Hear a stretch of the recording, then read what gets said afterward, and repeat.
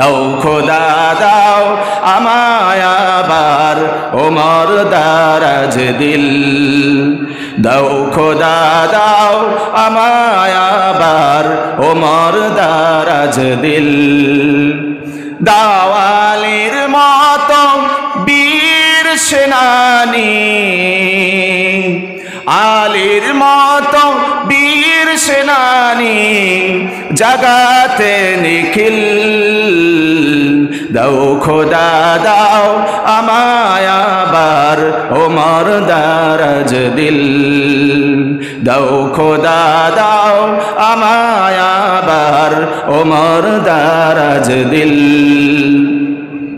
হামজাকে দাও ঘরে ঘরে জীবন দিতে অকাতরে, হামজাকে দাও ঘরে ঘরে জীবন দিতে অকাতরে, আবার কাবা ভাঙতে এলে, আবার কাবা ভাঙতে এলে পাঠাও আবাবিল,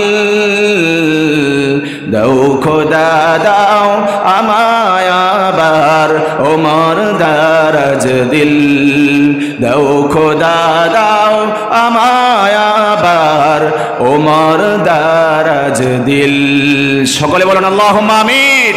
এই ওমরের মতো আজকে যদি ঘরে ঘরে সব যুবকরা হয়ে যেত, গোটা রাষ্ট্র গোটা পৃথিবী আল্লাহর জান্নাতে রূপান্তরিত হয়ে যেত। চিল্লায় বলেন ঠিক কিনা?